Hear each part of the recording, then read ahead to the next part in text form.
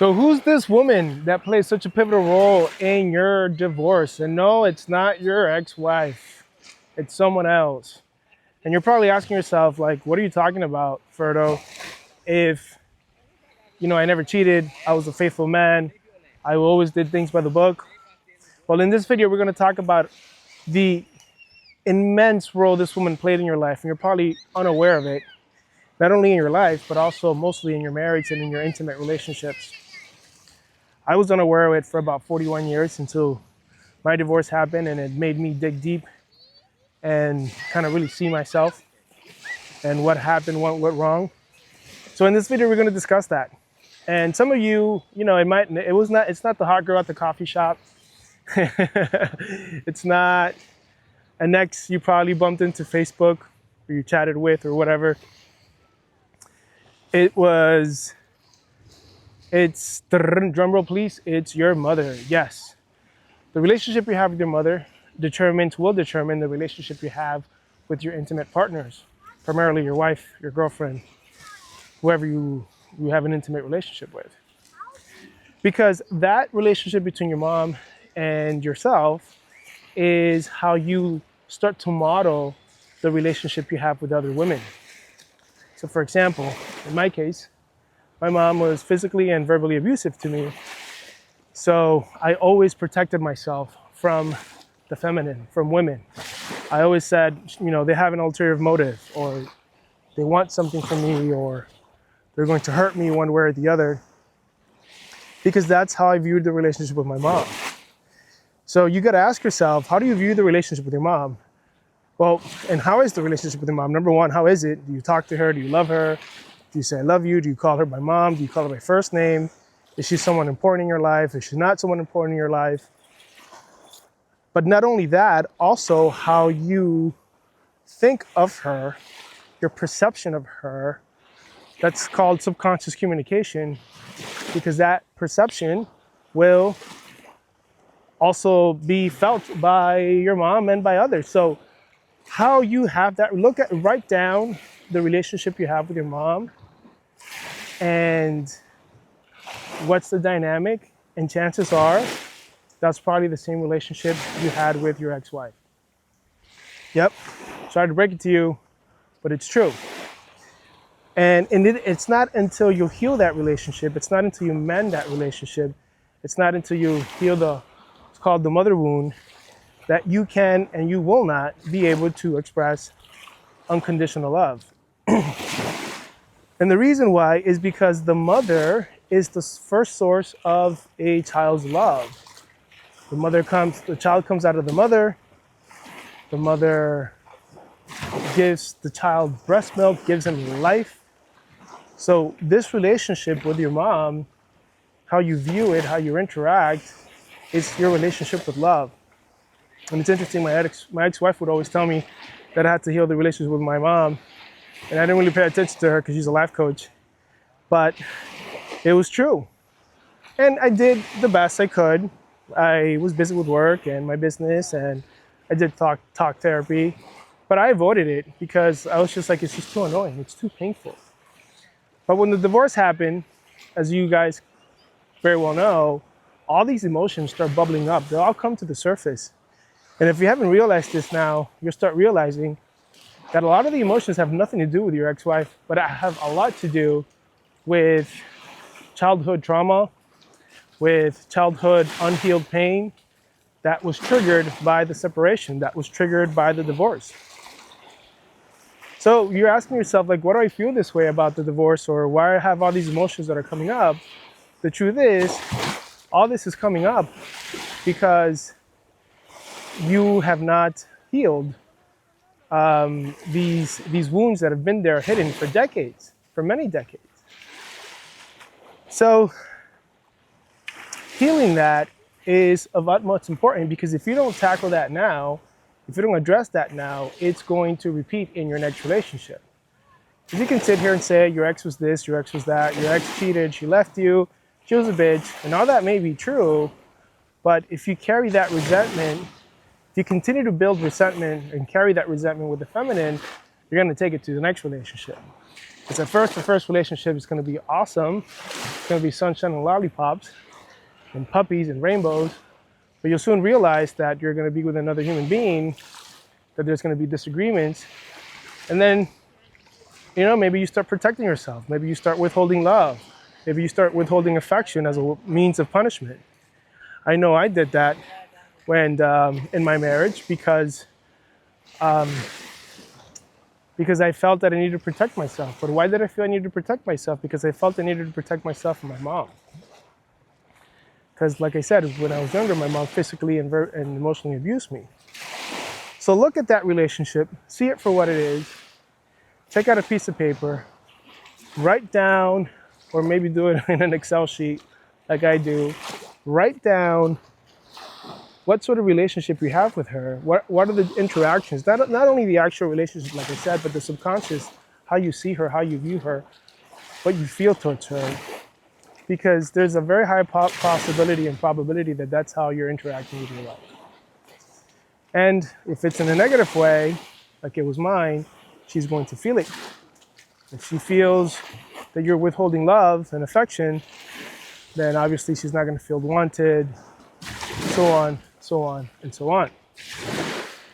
So now I'm going to share with you a very intimate story of mine, which was once I got a divorce, I hired these coaches and this therapist, these specialists, and these mystics, all with the intent of healing the pain, all in the intent of soothing the pain, understanding what had gone wrong. I didn't really understand.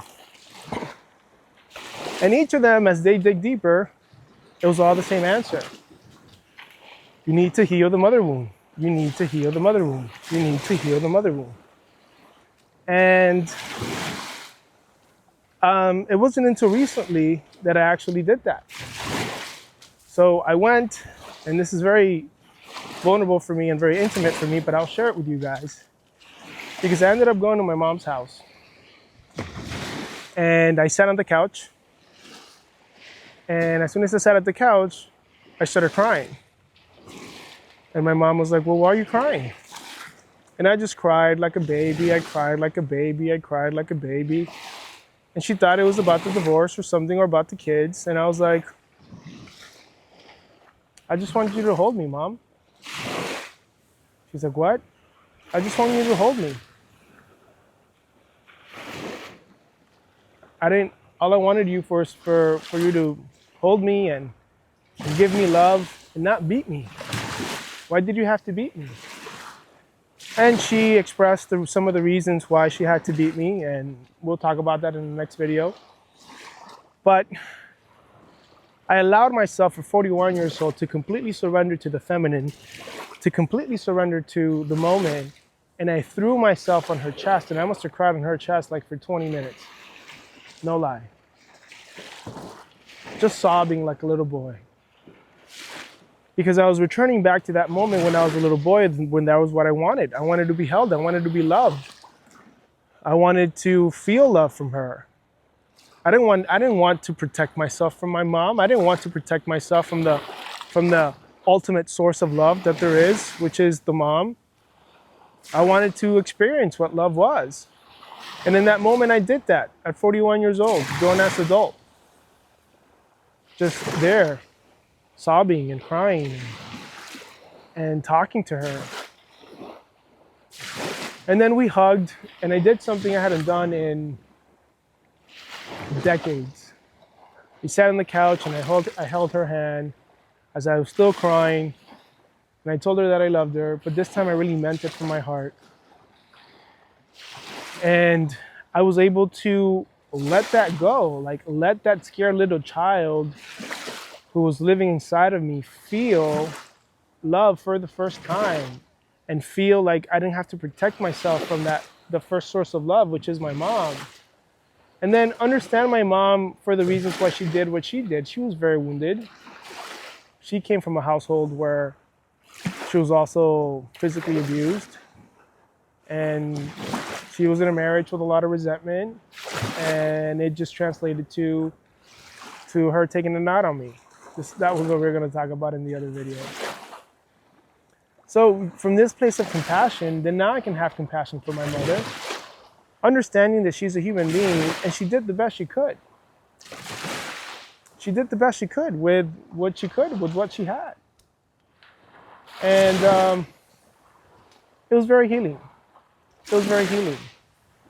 And as I look back at the dynamic of how I treated my mom, of how I saw that relationship of love, of how I felt I needed to protect myself from love, I can see the parallels between how I treated my ex-wife when it came to loving her, because I'm not withholding love, protecting myself from love, protecting myself from getting hurt. These were all subconscious patterns I was not aware of. But when the divorce happened, then I became aware of them. Or through this healing journey of the divorce, I became aware of them. So it's not easy, it's not painful, but if you're going through this, remember that God has a calling and He has a plan for you, and that you need to trust what that plan is. And don't use this time to distract or blame or become a victim, but use this time to heal all that pain that's coming up, because like I've said before, a lot of the pain has nothing really to do with your ex-wife and has more to do with unhealed trauma. Let me just fix my mic here. There you go.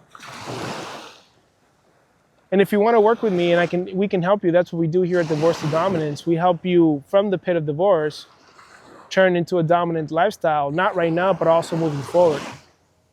And if you're interested in working with me, go ahead and click the link in the description below, and we can set up a call, a free call, where we can outline how your healing process will look like, so that you can go from the pain of divorce to reclaiming your identity, restoring your power, and remembering who you are.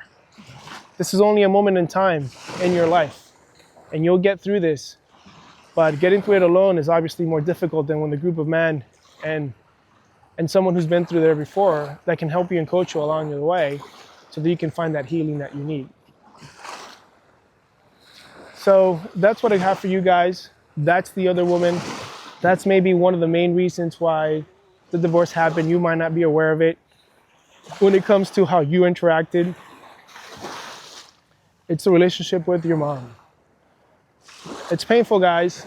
It's not easy. It's hurtful. But if you want to transcend, if you want to grow, then I recommend you do it. All right? Well, that's all I have for today's video. If you liked it, please subscribe, click the thumbs button, and click on the link if you want to schedule a call. And as always, guys, remember who you are.